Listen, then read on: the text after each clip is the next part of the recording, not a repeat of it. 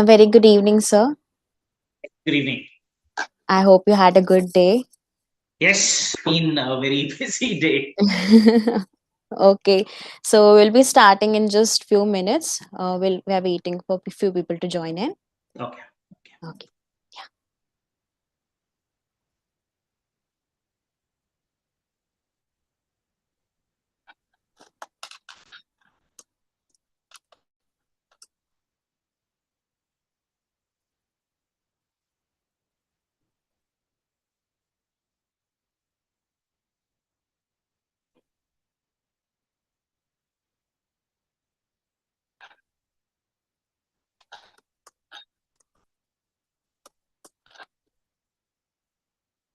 Okay, so we'll start with the webinar then.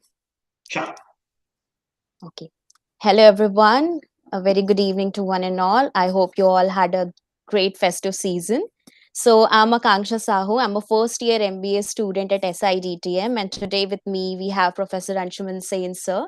Professor Anshuman Sen, sir, is the co founder and director at CyberSage. Sir is a certified AWS solution architect professional and DevOps professional, cloud consultant on AWS cloud migration and security.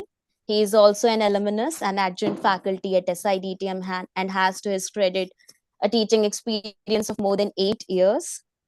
He's faculty in charge of the branding and admissions committee, placement and corporate team, interface team, and alumni relations team. So it is also in charge of the blogging society at SIDTM. A very good evening, sir, and thank you so much. Despite of the busy schedule you managed to join in for today's webinar. Your valuable insight will definitely add for the aspirants, and it will take help them take a very well informed decision. Thank you so much for joining in with us today. So as we start with today's webinar, that is beyond the classroom, unwinding the SIDTM experience. So I would like to start off I would like to start off with a question. Like, as a proud SIDTM alumnus, could you share a brief overview of your career trajectory in the field of technology and management? Okay. Cool. Thank you. Good evening, everyone. Good evening, Akanksha. So, I started off my firms. I've always been on the side of entrepreneurship. I started my first organization. Uh, we went ahead and I started my first organization during my summers. We used to do mobile app and games, probably one of the first few iPhone, iOS application developers in India. Story was 4 guys to 200 odd guys. That's the kind of team we could scale up to. 2016, I went ahead and moved out from the tech side. I went into digital marketing. I ran a digital marketing agency. Then I used to have a training organization which used to deal in IT education. From there, I moved into cloud security and cloud consulting. That's what I do primarily. Help organizations set up their stuff on AWS. Could be anywhere, architecting, DevOps, delivering banks, could be in the transport industry, etc., etc. So, yes, it's been what now, close to 13 years that I have been in this field. I have seen, again, that's something that organization and people should be open to. Technologies and things change now. So, yeah, that's how it's been for me. Wow, that's great. So you already started your entrepreneurship journey while being in SIDTM in your summers. So definitely SIDTM had some influence in it. So my next question is revolving around that only, sir. So how has SIDTM influenced your perspective on the intersection of technology and management, and what actually inspired you to delve into the career in management education, considering your unique insights and experiences? So it was pretty fun for me because it was learn and implement for me. I very clearly remember this because whatever I was being taught, at least in the second year, I was kind of implementing in my organization. So I remember we used to have a subject around project management back then, and I would go ahead and actually implement that because I was doing project management for my organization. Right now, there are subjects around your pre-sales and how do you write a proposal and those kind of things, very important. One thing that is very, very clear that I still remember and I very fondly speak about it is our present director, Dr. Abhijit Chitputkar sir. He used to teach us back then too. He still teaches, one of the best of professors that I've met. So I still remember we had to take over bid. We were pretty small, I think so 20 people back then. And Okay. another organization was trying to take us over. So when we were negotiating that deal, I remember using an Excel sheet for company valuation that Shilpukta sir had given us. And I could go ahead and create a valuation, and that's what we used in our negotiation. So, of course, we kind of fended off that. Very happy that we did. Because from there, from the 20, we went to 200 odd guys later on. So we could grow. I mean, probably if we would have allowed that takeover to happen, and the deal that we were getting was pretty raw. But yeah, those kind of things. So I could really implement what I was learning, not just technology, but even a lot of finance. I was from systems and finance, and Mhm. all the subjects that we were learning, most of it we could go ahead and implement. And I think so I had the best of experience learning and working with it. So yeah, very thankful for that. Okay, so it do resonate with the today's webinar topic that is beyond the classroom. So you were actually able to implement whatever was going inside those four walls in real life. That is great.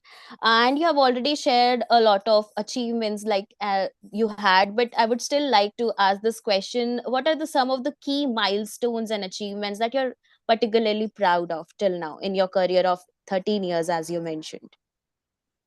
I think so. I'm not sure about being proud of anything. One thing is that in MBA college is all about networking. Very thankful to have such great professors. Most of them who taught me are still here. Another thing is the community, the alumnus community that we have, right, which is widespread. Our alumni are across the globe. I connect with. Right now, I've connected with a couple of folks from the first batch of a college, 96, 98. And of course, you guys who are going to complete the MBA too. And then, of course, my juniors, my seniors, my own batchmates. And that's a huge, huge network. Has come to my rescue in multiple places. And when you're doing business and then you're working around, these kind of things really help. You learn that networking goes more than anything else. The Mhm. relations actually take you through it, and it's been a great, great experience having this or being a part of this community. Yeah, so it's basically a lot growing along with your peers and getting to learn a lot of things from them. Yeah, so sir, as at SIDTM, we are always striving to keep our curriculum and facilities at the forefront of industry. We at SIDTM have the Cisco lab, the IBM Business Analytics lab, and the AWS Hands on lab and certification opportunity as well on campus to ensure that the students expand their practical skill set. So, what are the some recent advancement or facilities which were introduced at SIDTM that have significantly enhanced the learning experiences? Okay. So last year, if you're aware, we went ahead and set up a blockchain lab that we did. Mhm. AWS, of course, is there. We have also partnered with Azure to get in their courses. UiPath is there that I go ahead and teach. So we have been trying to connect, and then because I also deliver a lot of trainings on behalf of AWS, so I'm a champion authorized instructor for AWS, deliver most of their trainings that we do. Over there, of course, the participants that I have are probably 15, 20, 25, 30 years work experience, pretty senior leaders in most of the organizations. And then over there, I see that they are upskilling on these skills because that's what is needed. Mhm. Cloud is there, analytics is there, all of these things, 5G that we go ahead and speak about, right? Most of it is what is at the forefront of everything. Mhm. We have analytics. We are also trying to get in some Gen AI courses from AWS, AI courses from AWS that exist within our AWS Academy family. So we are going to go ahead and try and deliver those to your batch. In fact, your batch will be Okay. the first one to go ahead and receive it. So we're planning to see how we can fit that in.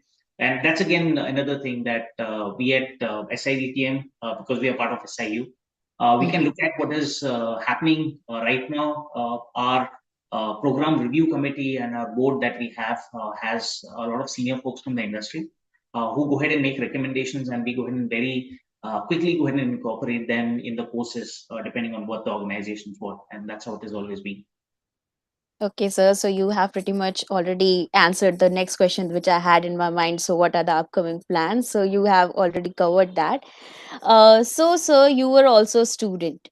So, having the experience of being a student and now a faculty mentor member at SIDTM, could you share your the insights based on your first-hand experience on the significance of faculty mentorship, as you have already mentioned, Chitpurkat sir, but we would like to know more about it, Well, like how it helps to grow the student trajectory, the mentorship at SIDTM. it definitely does. So, I realized, going to be honest, when I was a student, I probably didn't understand it because I was a fresher when I joined here, 2009, straight out of college. Engineering, 2008, that downturn happened, pretty much similar scenarios.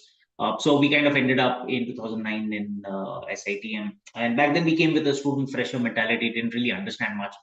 But yeah, there was one thing that we were always very gung-ho about taking part in extracurricular activities. So committee work or some events happening and stuff happening, and we would always be there.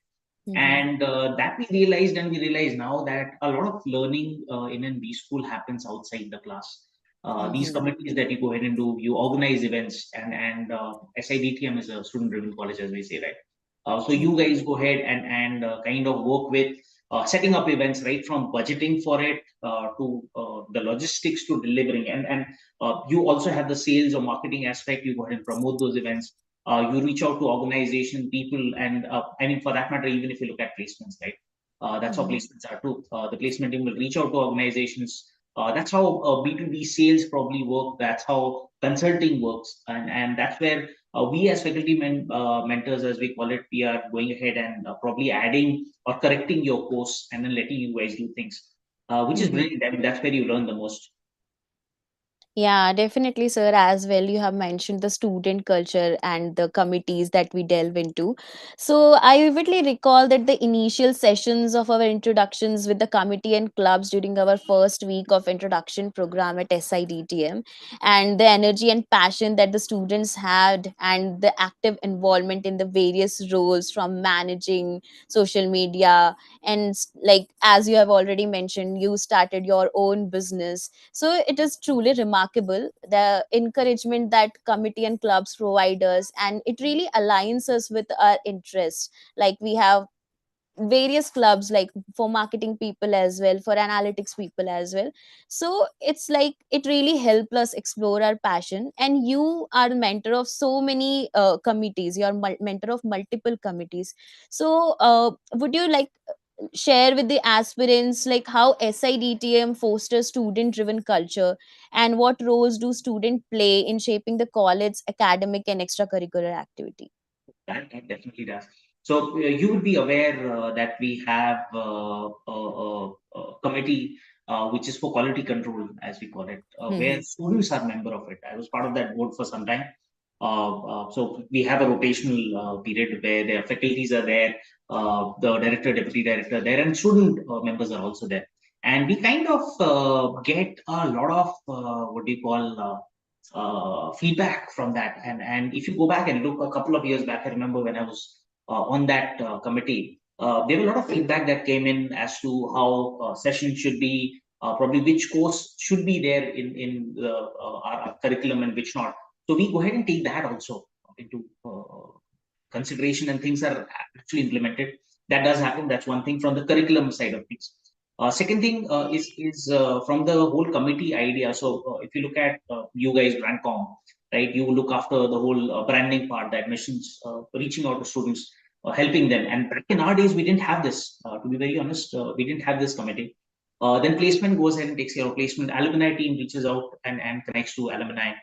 There's a CADS team that's handling the day-to-day operations of the college and lectures and session. Web and tech, brilliant with their content that they deliver, right? There's the ITS team that is there, and the clubs that are there, multiple other committees that are there.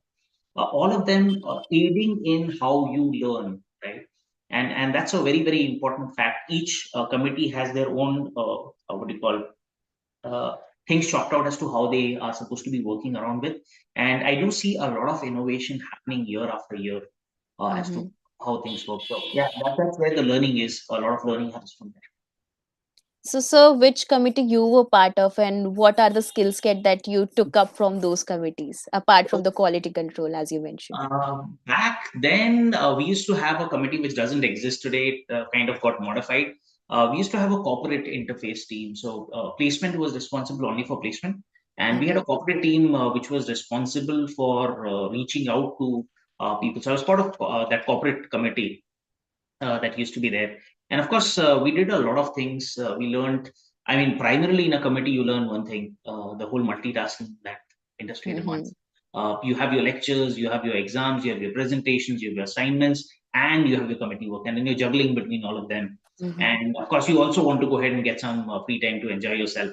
So you kind of learn the art of negotiating, working out how you can manage time, how you negotiate with your batchmates as to how you can delegate. Probably they fill in for you sometime and you fill in for them sometime.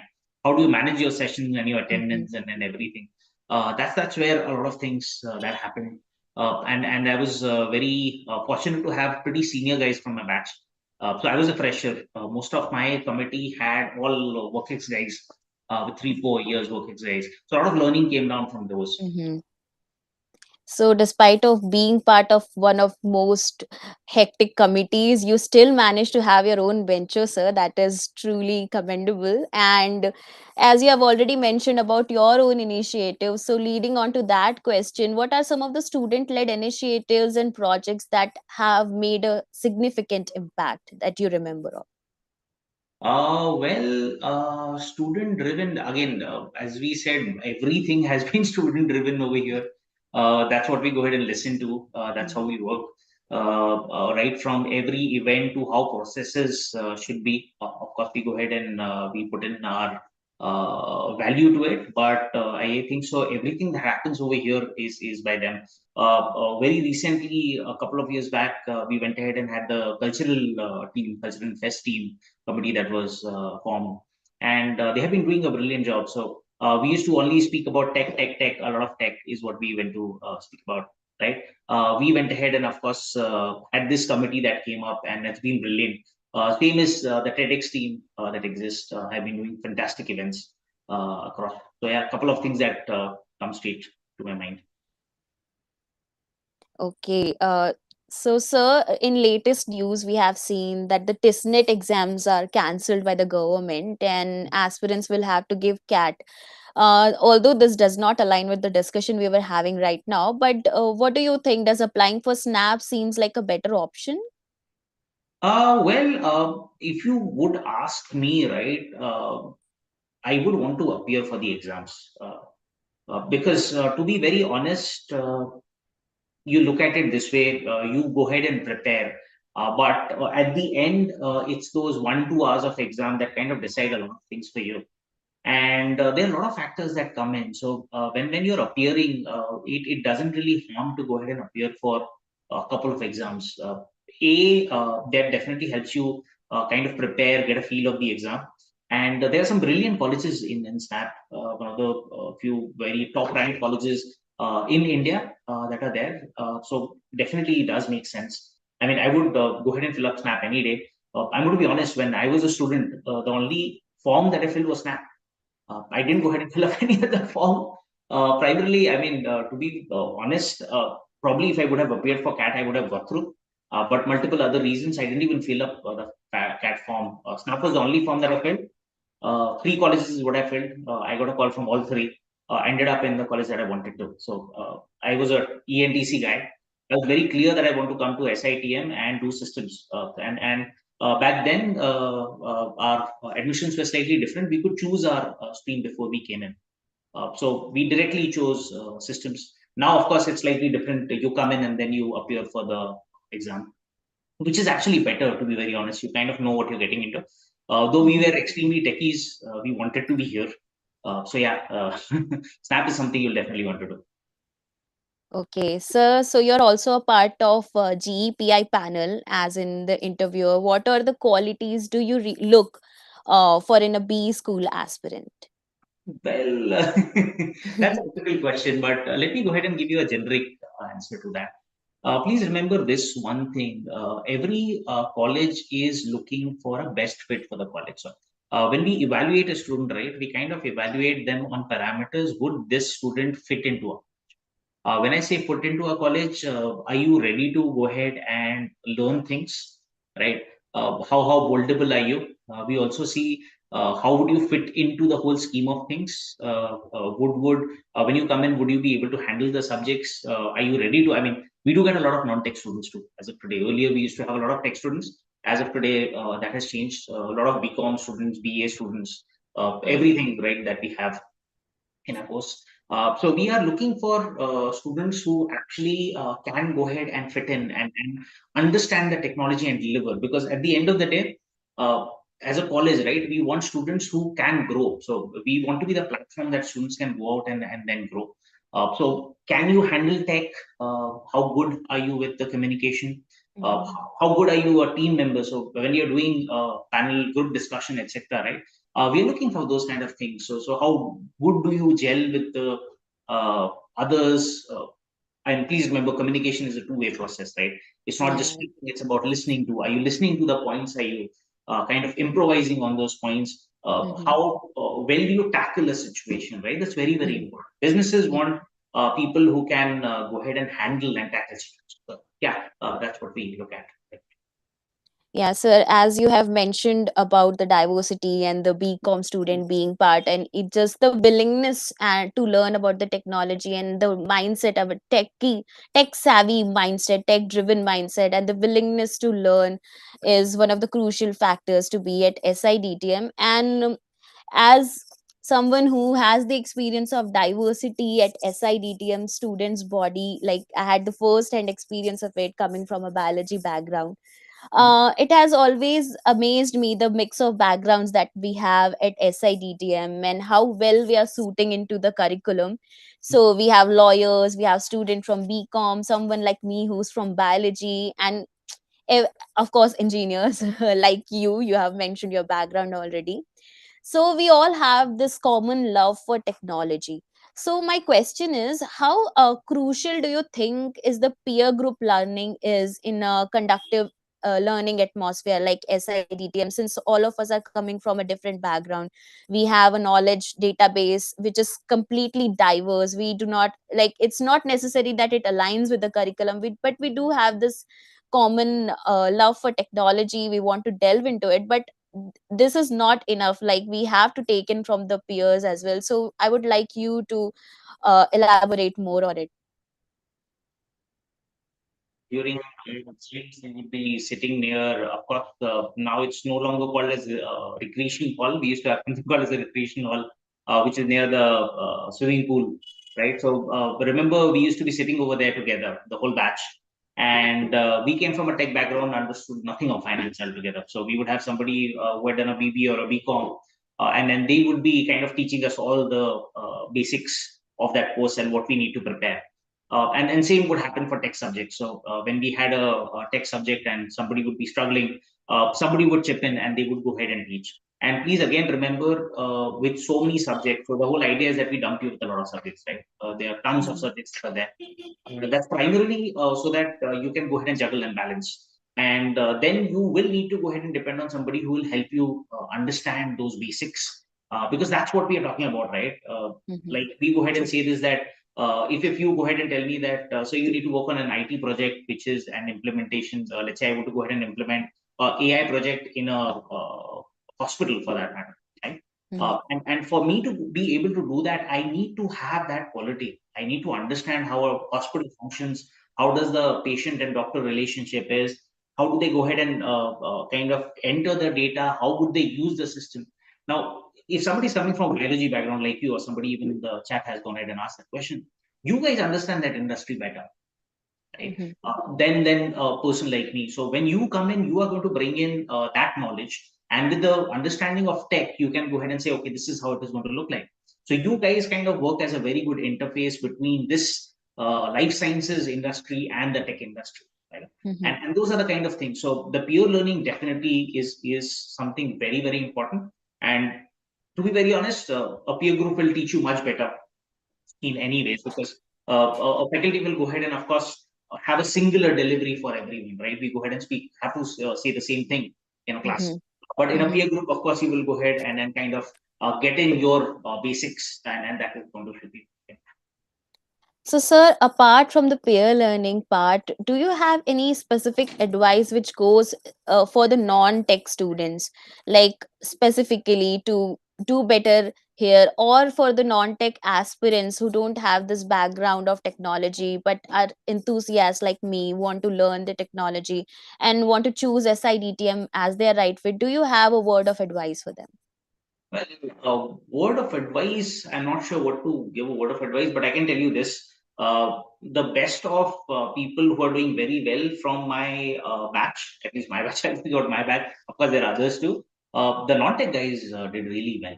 I mean, most of them, rather all of them, are in very good places because what I did notice is most of these non-tech guys really had a lot of fire in their belly. They really wanted to go ahead and do a lot of things. They are really enthusiastic, which to certain extents we tech guys aren't. Right? We tech guys are a little boring, which non-tech guys really add a lot of fun to the whole class. They really want to learn and do a lot of things, and there are a lot of instances you will find where non-tech guys have done really well. Of course, tech guys do really well too in most of the instances, but a lot of non-tech guys have done really well too. Okay, so to conclude it, once you get into the SIDTM, the peer learning will help you a lot, but you really need to have the fire within you that you really want to excel in the field of Absolutely, technology. absolutely, Yeah. yes. Okay, so moving ahead, we all know that SIDTM is known for fostering a close knit community among its student. And how would you say SIDTM facilitate the opportunity for student to interact, connect, and build relationship with the peers, as we were talking about the peer relationship, and in addition to this, building strong industry connections? So we have multiple touch points, as we say. So we go ahead and, of course, have the alumni team. That's, of course, reaching out, doing a lot of alumni meets that we reach out to most of Mhm. alumni. Then we have a lot of guest lectures that happen over here. The induction process itself, we run that for over a week, where we go ahead and call almost 20, 30 different people from the industry, our alumnus. All of these guys are coming in. And of course, there are multiple guest lectures that happen, ITS that happen, events that happen, which gives you ample amount of opportunities for you to go ahead and interact with these guys, and be in a committee or not in a committee. Whenever we have events, right, we have spocs who go ahead and interact. Also, you get to interact with other people. So when I was in college, I got to interact with a lot of seniors, a lot of Mhm. very biggies from the industry, which I mean, very difficult otherwise to go ahead and connect to. So I can't take names, but some very big names. When I was a student, I could go ahead and connect. Again, the Alumni Connect helped me connect to some other very senior folks Mhm. across in the media industry, or the IT industry, or all of those.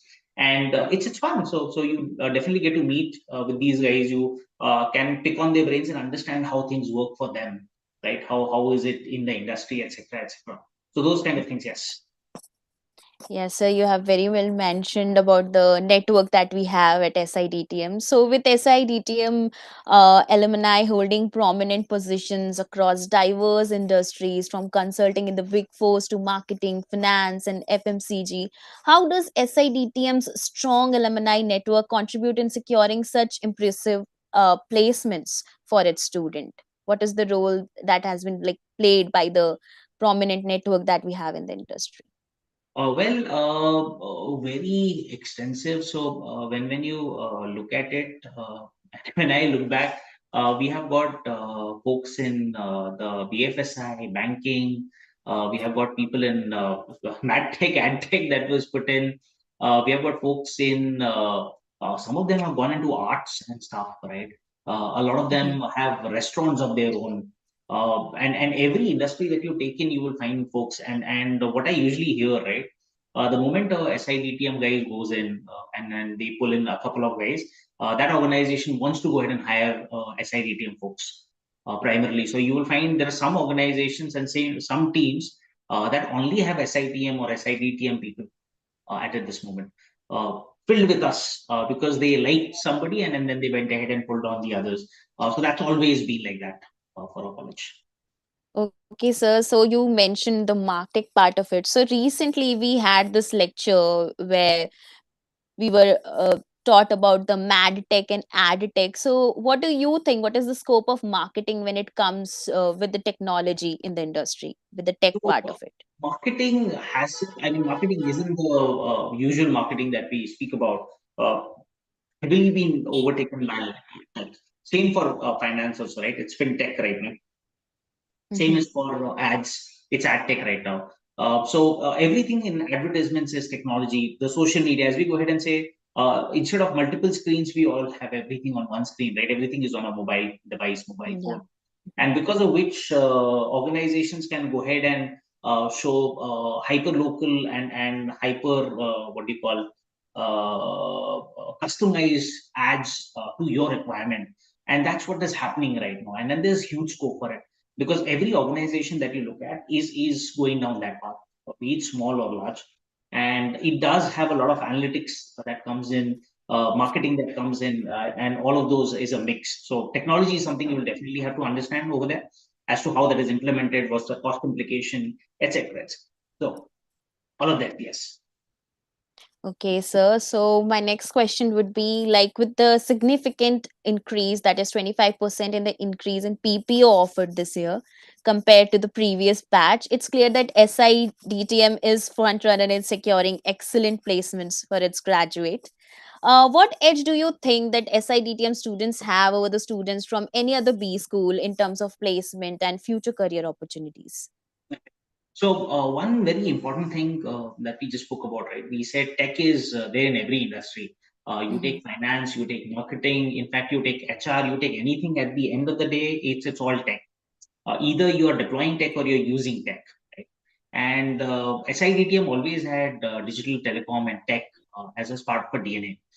So it's just kind of ingrained in all the subjects that we work with. The kind of faculty that we have again has that ingrained, right? So we come from that background, most of us. And that's where the advantage is in the industry. So when you look at anybody, as I said, we're talking about life sciences sometime back, right? Or health industry, we're talking about that's where we kind of get edge. So any industry that you go in and take, they want people with tech background. That's what become tech has become the basic. I mean, as I said, even finance is tech, right? So when you're looking at that, that's where the advantage comes in. So be it most of the consulting firms that we have across, which heavily come on campus, or be it your ITES or BFSI or any of those when we are looking at most of them like students from SIDATM, and that's how the whole PPO story that has been for us has also been. So I mean, 2 months of internship is a very good time for organizations to go ahead and assess a student, and that's how they are going ahead and giving PPOs. That's what's running for us. Yeah, so definitely we are in an upper edge when it comes to technology. So apart from that, sir, I would like to ask how SIDTM empower the students to take ownership from their learnings and the developments. Like how like we are very well delved into this student driven culture, we are here to learn, we are doing most of the things by ourselves. What is the role of SIDTM to empower student to take the ownership of their learnings and the development, like you were uh, you took your own choice, you went ahead with your venture, SIDTM had a role to play in it. So what, how does SIDTM empower student to take ownership of their learnings? Idea of committees is there, and the whole faculty that we have, right? We have always been very supportive, and it's driven by our director, sir, Dr. Cheprutkar, sir. So it's driven by him, our deputy director, Giri Halu, sir, again, who's an alum of our college. So all of these people kind of understand, and that's what an MBA is about, right? We want our students to grow. That's the whole Mhm. story. So if you come here, it's a family, and that's where we go ahead and encourage people. You also have things that we are doing for incubation and startups. Mhm. You would be aware your seniors kind of went ahead and ran a couple of startups. So we have Yes. been encouraging all of those kind of things. So we are trying to see how we can encourage these kind of initiatives from within college, because that's what we are here for, looking for the growth of our students. Definitely, sir. We are blessed to have the guidance from all of you. And as a co-faculty mentor of placements and corporate interface team, what are the certain soft skill that are appreciated when it comes to recruitment with recruiters? What are the soft skills? So technically, whenever we speak to recruiters, again, so most of our recruiters again happen to be our alums. So when we are talking to them, one thing they always, I mean, everybody looks at is sincerity, hard work, how good you are at listening, and those kind of things are the primary things that an organization is looking for. Again, please remember, any industry, right, looks for people who could be molded, as we say, Mm-hmm. which were people who we can work with. Again, Mm-hmm. as I said, technologies change. When we did our MBA, mobile apps and games and social media was the in thing. 3G is what we are talking about. As of today, 5G, Gen AI, ML, analytics, that's what we're talking about, right? Something we didn't even hear back then. I mean, it was somewhere in the horizon, but we were not even talking. So over 13 years, things have changed. I went from mobile apps to cloud to AI and security and those kind of stuff. So things will keep changing, and that's what an organization is looking for: somebody who can learn things, who can pick up things, who can logically approach problems and challenges. That's what organizations are usually looking for. Yeah, so it's basically a story of evolution and how willing are you to take up those part and make yourself evolve with the upcoming time as the technology is continuously changing. So, sir, it was such a great session. Apart from that, do you have some advice for the aspirants who want to get into SIDTM or in general are looking for an MBA admission this year? Uh, I think so. You guys are at a very good time if you're looking to do an MBA. The whole industry is going through rapid amount of changes right now, right? And because of which I think so that's something that we should be looking at. Of course, an MBA 2 years will go ahead and give you that edge to join back in an industry which would have turned heavily. So next 2 years, very crucial. A lot of big changes happening in the industry. Gen AI coming in, AI in there. It's going to be a test as to how much of it is implemented. 5G has been out for some time now. How the industry actually takes that up. So a lot of things happening. A very good time to go ahead and do an MBA, I believe. Okay, sir. So we'll quickly go into a quick 10 minutes Q&A session. I'm sure a lot of questions must be coming in the chat box. So the first question that I see is from Sneha Verma, and she's asking, is SIDTM a good option for freshers? Well, I think it's a freshman. Right, so you are a fresher, if I'm not mistaken. Am I correct in saying that? Yes, sir, definitely. I'm a fresher. And certainly SIDTM, like in my perspective, is a very excellent choice when it comes to fresher who are especially aiming to get into digital and telecom management.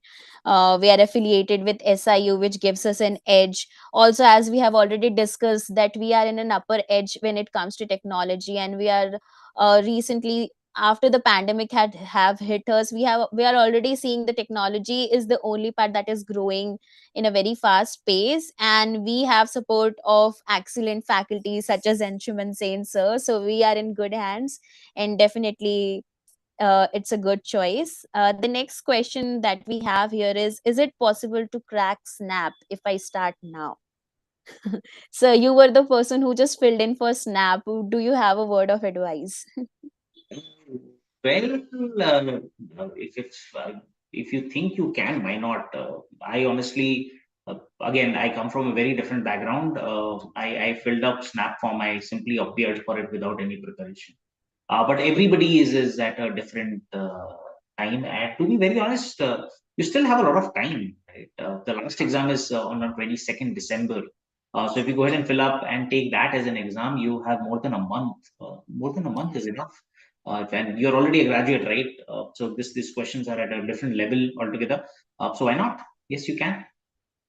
Yeah, Sneha. So you have your answer. All the best with your preparation. Just buckle up and do the best you can. So the next question we have is from Ravi Kumar Tiwari, and he's asking, if I do MBA from SIDTM, then can I be able to work in the manufacturing companies?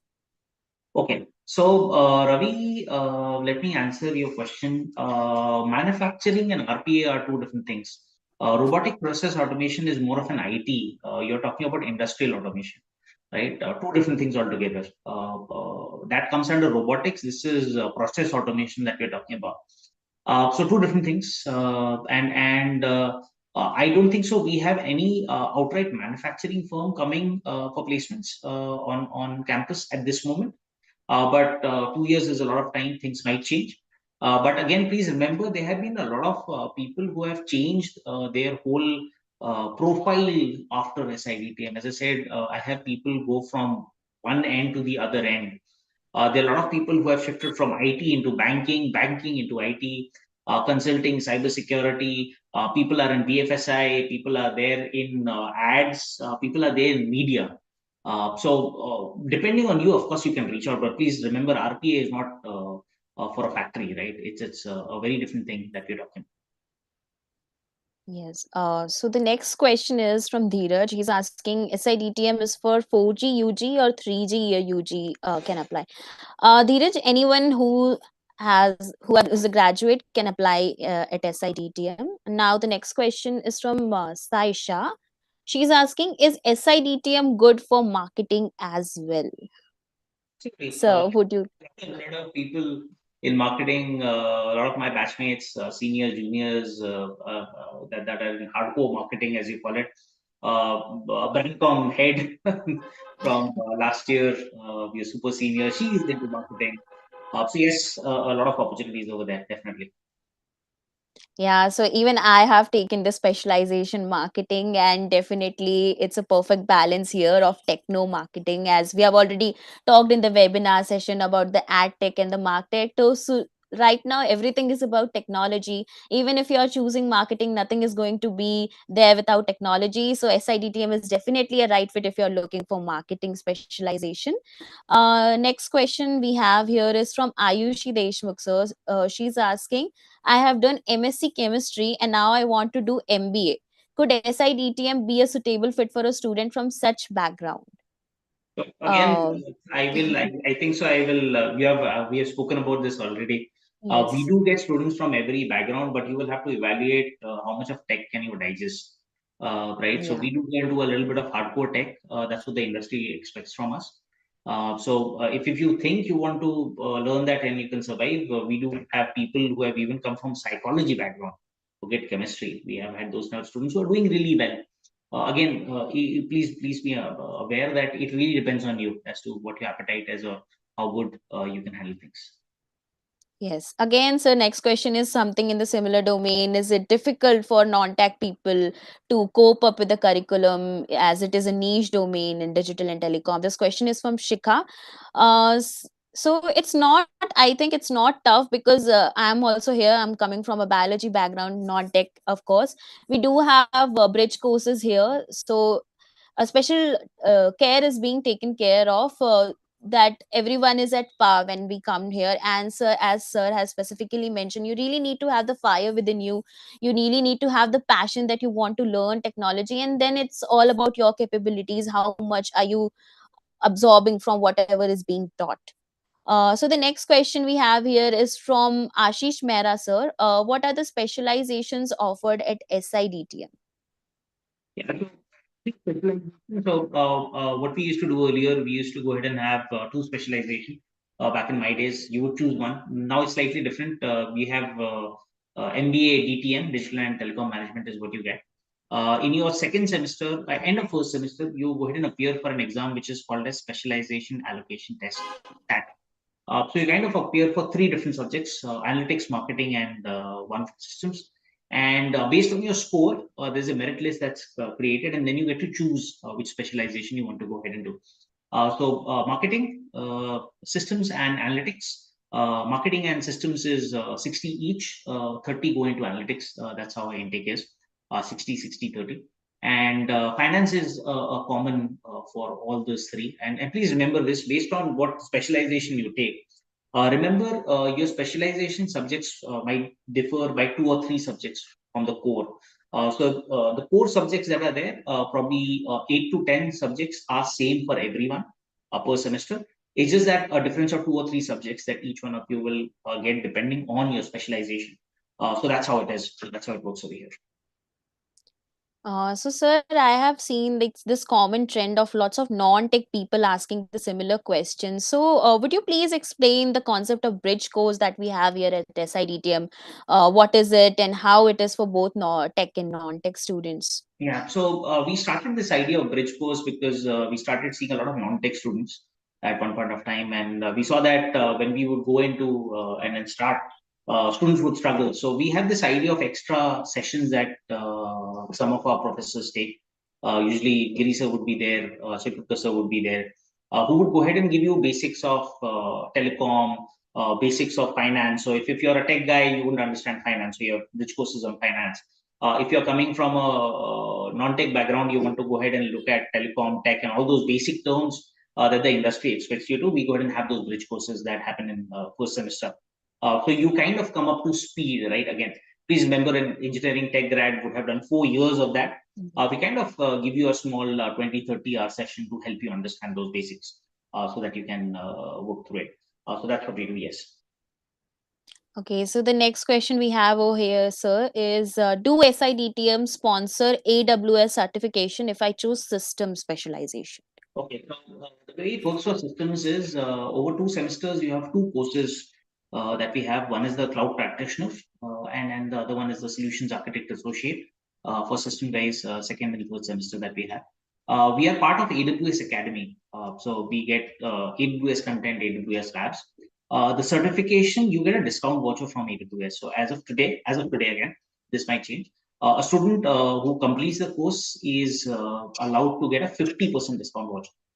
So that's what you will go ahead and get, a 50% you will. Okay, that's great news. So the next question we have here is from Ashish Mehra. He's asking, what are the clubs that we can be a part of?